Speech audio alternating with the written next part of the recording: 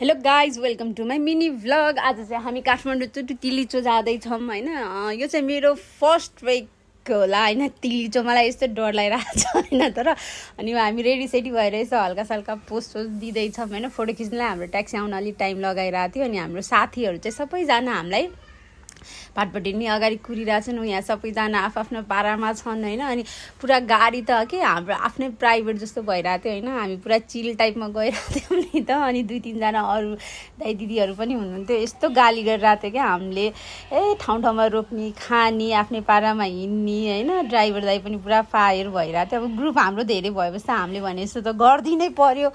अनि हामी चाहिँ बेलुकाखेरि चाहिँ यो कुन बाटो हो यता पुगेको थियौँ होइन। तर हामी आज चाहिँ बेसी सहरै बस्ने भयौँ नि त। राति 11-12 बजी पुग्यौँ होला हौ बेसी सहर पुग्दा त होइन। अनि बेसी सहरमा चाहिँ हामी ओर्ल्यौँ। अनि त्यही हो अर्को कुरा चाहिँ हामीले होटेल बुकै गरेको थिएन कि यस्तो अलपत्र थियो होटेल।